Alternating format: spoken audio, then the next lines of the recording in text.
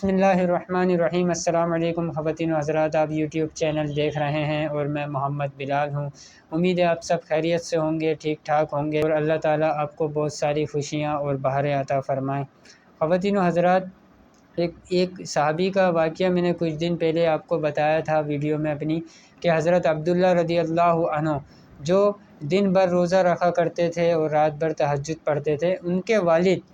حضرت عمر بن عاص رضی اللہ عنہ کا واقعہ ہے، میں آپ کو بتاؤں گا۔ حضرت شماسہ مہری رحمۃ اللہ علیہ کہتے ہیں کہ ہم حضرت عمر بن عاص رضی اللہ عنہ کے پاس موجود تھے جب ان کا آخری وقت تھا، تو وہ بہت رو رہے تھے اور انہوں نے اپنا رخ دیوار کی طرف کیا ہوا تھا، تو ان کے بیٹے ان کو تسلی دے رہے ہیں اور ان کو یہ کہہ رہے ہیں کہ آپ کو رسول اللہ صلی اللہ علیہ وسلم نے جنت کی بشارت دی ہے، آپ کیوں رو رہے ہیں، آپ کیوں اتنا پریشان ہیں، آپ کو تو جنت کی بشارت دی ہے آپ صلی اللہ علیہ وسلم نے۔ تو یہ بات، اپنے بیٹے کی یہ بات سن کر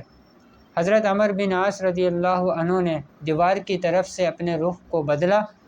اور کہا کہ ہم نے سب سے افضل چیز آخرت کے لیے جو تیار کی ہے وہ اس بات کی شہادت دینا ہے کہ اللہ تعالیٰ کے سوا کوئی معبود نہیں ہے اور حضرت محمد صلی اللہ علیہ وسلم اللہ تعالیٰ کے رسول ہیں۔ اور اس کے بعد خواتین و حضرات، انہوں نے فرمایا میرے 3 دور گزرے ہیں اور پہلا دور یہ تھا کہ حضرت محمد صلی اللہ علیہ وسلم کا دشمن مجھ سے بڑا کوئی اور نہیں تھا، اور میں موقع ڈھونڈتا تھا کہ مجھے موقع مل جائے تو میں محمد صلی اللہ علیہ وسلم کو مار ڈالوں، نعوذ باللہ، میں موقع ڈھونڈتا تھا، انہوں نے یہ کہا ان صحابی نے۔ اور اس کے بعد یہ دور میرے لیے بہت بدترین دور تھا، بہت بدترین، کیونکہ یہ بدترین تو ہوگا نا خواتین و حضرات، وہ آپ علیہ السلام کے بڑے دشمن بھی تھے اور ان کے لیے یہ سوچتے تھے، تو وہ یہی کہہ رہے ہیں کہ میرے لیے یہ بدترین دور تھا۔ اللہ نہ کرے، خدا نہ خواستہ میں اگر مر جاتا، میری موت آ جاتی تو میں جہنم میں جاتا اور پھر ہمیشہ ہمیشہ کے لیے دوزخ کی آگ میں جلتا رہتا۔ لیکن اس کے بعد جب اللہ نے مجھے ہدایت دے دی اور ہدایت کا نور میرے سینے کے اندر اتار دیا، تو میں حضور صلی اللہ علیہ وسلم کی خدمت میں حاضر ہوا اور میں نے آپ صلی اللہ علیہ وسلم سے عرض کیا کہ اے اللہ کے رسول، آپ اپنا ہاتھ مبارک آگے بڑھائیے، میں آپ سے بیعت ہونا چاہتا ہوں۔ تو عمر بن عاص رضی اللہ عنہ فرماتے ہیں کہ میں نے اپنا ہاتھ پیچھے ہٹا لیا، اپنا ہاتھ آپ علیہ السلام کے ہاتھ کے اوپر نہیں رکھا، بیعت ہونے کے لیے پیچھے ہٹا لیا۔ تو آپ صلی اللہ علیہ وسلم نے کہا کہ عمرو یہ کیا ہے، یہ کیا کر رہے ہو؟ تو پھر انہوں نے آپ صلی اللہ علیہ وسلم سے عرض کیا میری ایک شرط ہے کہ میرے تمام گناہ معاف ہو جائیں گے۔ کیا تم جانتے نہیں ہو اسلام تو کفر کی زندگی کے تمام گناہوں کا قصہ ختم کر دیتا ہے۔ اور دوسری چیز فرمائی کہ ہجرت پچھلے گناہوں کو معاف کر دیتی ہے اور حج پچھلے تمام گناہوں کو معاف کر دیتا ہے، ختم کر دیتا ہے۔ اسی کے ساتھ فرمایا کہ پھر اس کے بعد آپ صلی اللہ علیہ وسلم سے زیادہ پیارا اور آپ صلی اللہ علیہ وسلم سے زیادہ بزرگ میری نظر میں اور کوئی نہیں تھا، کہ میری ہمت نہیں تھی کہ میں آپ صلی اللہ علیہ وسلم کے چہرے مبارک کو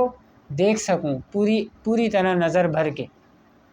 مطلب اتنی ہمت فرما رہے ہیں کہ میرے اندر نہیں تھی کہ میں ان کو دیکھتا نظر بھر کے۔ اور اسی کے ساتھ خواتین و حضرات، انہوں نے فرمایا کہ کوئی مجھ سے اگر پوچھے کہ آپ صلی اللہ علیہ وسلم کا حلیہ مبارک، چہرہ مبارک کیسا تھا، تو میں ان کو نہیں بتا سکتا، کیونکہ میں نے ان کو نظر بھر کے دیکھا ہی نہیں۔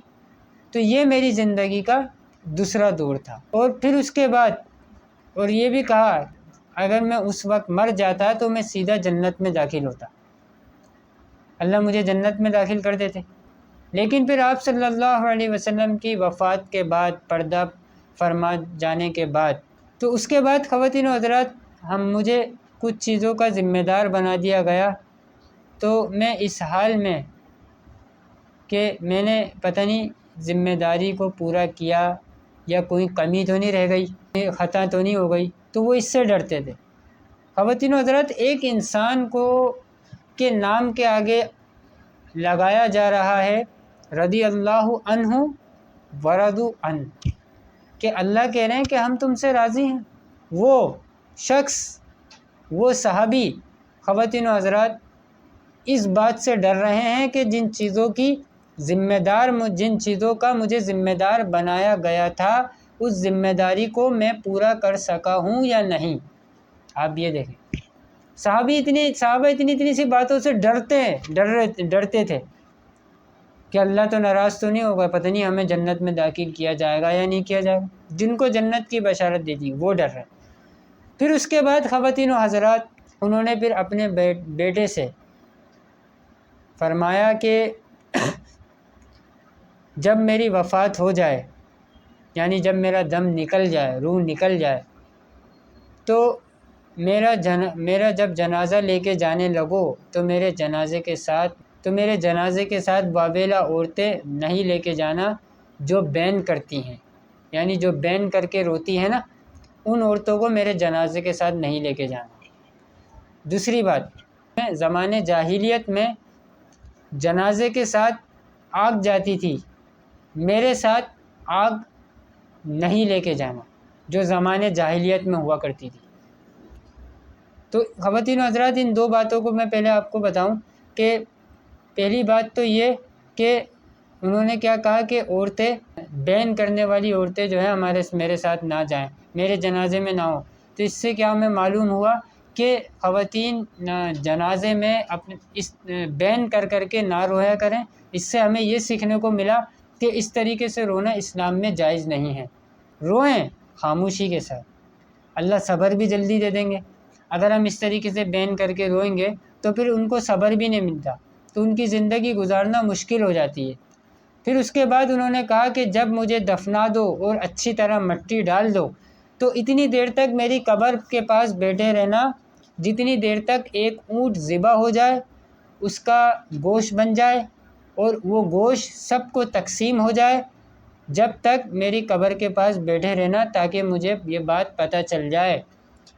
کہ میں